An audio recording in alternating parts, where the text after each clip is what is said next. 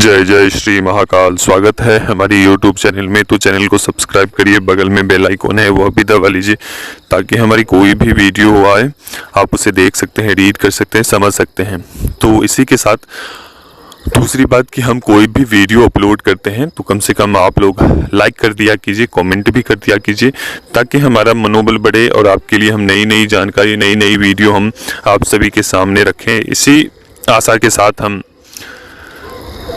आप सभी से कहेंगे कि 11,000 सब्सक्राइबर में आप लोग सहायक बने होने में। तो इसी अनुग्रह के साथ हम आगे बढ़ते हैं। तो आपको आज हम अघोर क्या नाम है इनका, क्रोध भैरव की साधना। आपने क्रोध भैरव की साधना बहुत सुनी होगी, बहुत देखा होगा अपने YouTube के ऊपर। और क्रोध भैरव के बारे में सभी लोग एक अनर्गल सी बातें फैला रखी है कि क्रोध भैरव ये करते हैं, वो करते हैं, उनकी साधना वो नहीं कर सकता, वो नहीं कर सकता है। क्रोध भैरव बिल्कुल ही उग्र प्रकार की शक्ति है, ये सत्य है। और दूसरी बात कि क्रोध भैरव करने से किसी भी प्रकार के नुकसान नहीं होते हैं, ठीक है। अगर अपने साधकों को क्रोध भैरव या किसी भी शक्ति, कोई भी शक्ति हो, अगर नुकसान देंगे तो क्या उनके पूजने वाला या उनकी साधना करने वाला व्यक्ति कोई होगा? वो साधना करने से पहले ही बोलेगा कि हम नहीं करेंगे उनकी साधना, ठीक है। तो कुछ लोग ऐसे भ्रम फैलाते हैं जिस कारण से व्यक्तियों के अंदर एक अलग सा परिवर्तन रहता है और करने से डरता है साधना क्रोध भैरव की। तो किसी भी प्रकार का भय मन में लेकर कोई भी साधना ना करें। गुरु के ऊपर और उस शक्ति के ऊपर, मंत्र के ऊपर पूर्ण भरोसा होना चाहिए, ठीक है।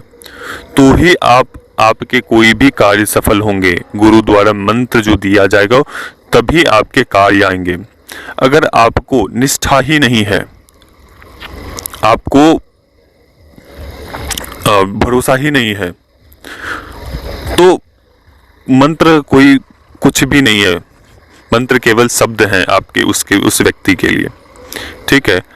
अगर आपके मन में, अब मान के चलिए कोई माता पिता है, तो आपके अंदर निष्ठा है तभी तो आप उन्हें माता पिता कहते हो, ठीक है।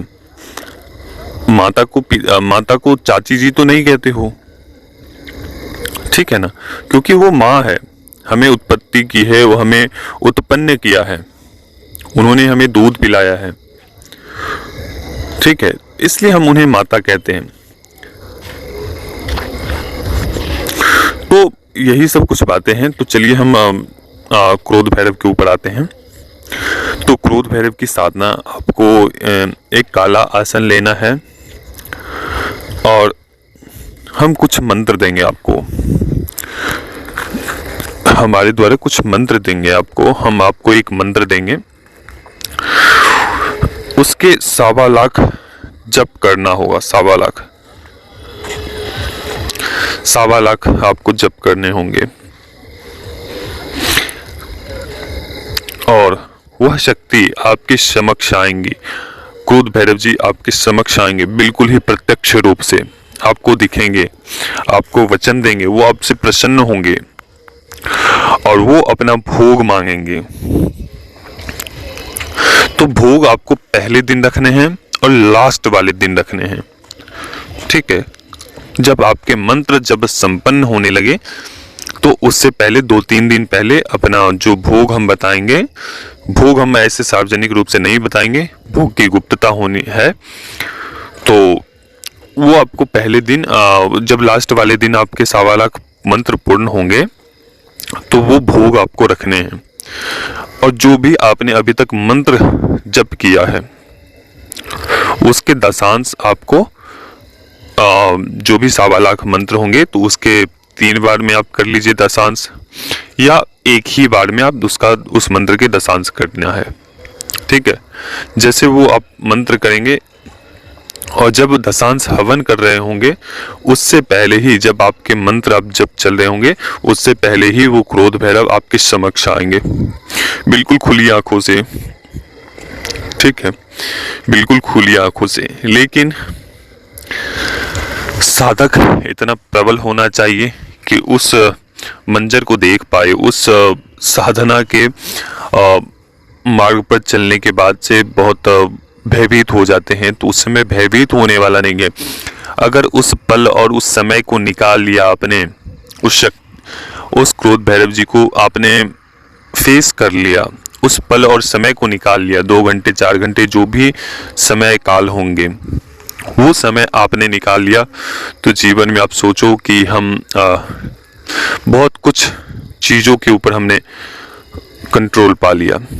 ठीक है, आप अपने सभी नकारात्मक ऊर्जाओं के ऊपर विजय प्राप्त कर लोगे, आप अपनी सभी साधनाओं के ऊपर सफलता प्राप्त कर लोगे।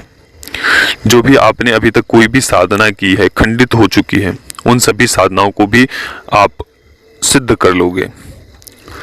ठीक है, तो क्रोध भैरव इस प्रकार की शक्ति है कि वो हर एक प्रकार के आपके कार्य को पूर्ण करेंगे, लेकिन इनकी साधनाएं एकांत स्थान में करनी होती है। ठीक है, जैसे कि चारों तरफ एक जंगल हो, बीच में एक खाली सा स्थान हो, बहुत ही शांत सौम्य जगह होनी चाहिए। ये आवश्यक नहीं है कि शमशान में ही आपको करनी है।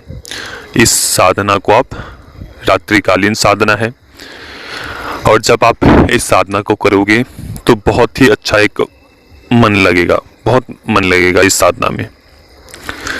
ठीक है, जिसके माध्यम से किसी भी नकारात्मक शक्ति के ऊपर विजय प्राप्त कर सकते हो, कैसे भी प्रबल से प्रबल शक्ति हो, 500 साल पहले की शक्ति हो, हजारों वर्षों की शक्ति हो, किसी के अंदर घुसी हुई, घर में प्रवेश है, तो हर एक प्रकार के तंत्र काट, हर एक प्रकार के वशीकरण की काट तोड़,